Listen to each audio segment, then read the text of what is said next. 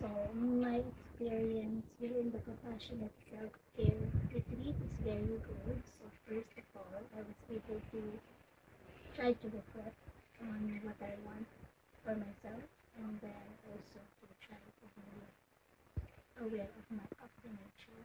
Due to the busy life this time, so I don't have any opportunity to do this one. So this is a very good New Year's experience. Thank you.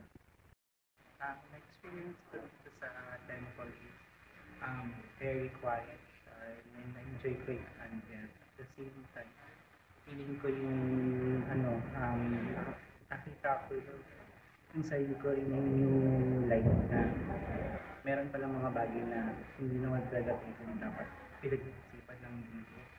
Kailangan mo lang siya mag-meditate. And at the same time, you need time for yourself para naman mawala ka naman sa magkaroon ka ng konting distraction naman sa masyadong busy life na nangyayari sa buhay.